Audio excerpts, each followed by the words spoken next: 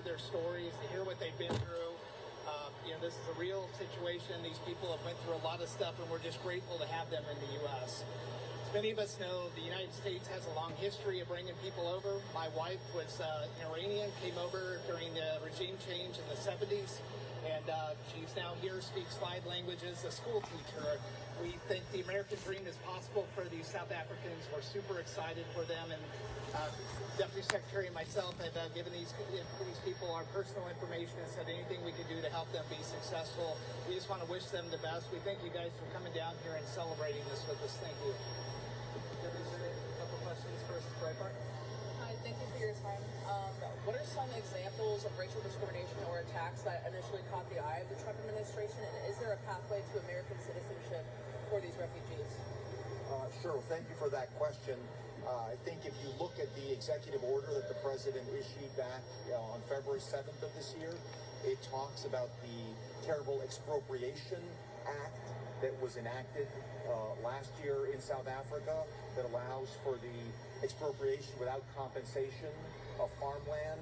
A fair number of these refugees were farmers who've farmed this particular land for generations and now face the threat not only of expropriation but also of direct violence.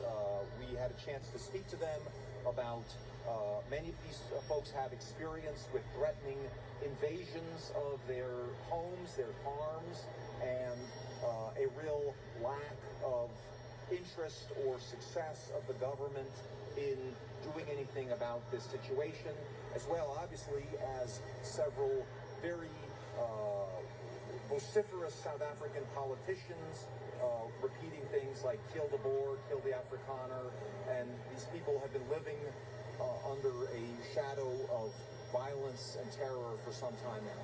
Thank you. BBC. I just wanted to know, there were many, from the BBC, there are many people who fit the criteria of seeking help, who are fleeing persecution, Afghans, for example, and they live in a country run by the Taliban, but they're being denied refugee status. So I'm wondering, why has such an exception been made for the Afrikaners, especially when the South African government says they're not in danger? And are you going to open up the refugee settlement program for others? Thank you for that question. I think you may recall that on the president's first day in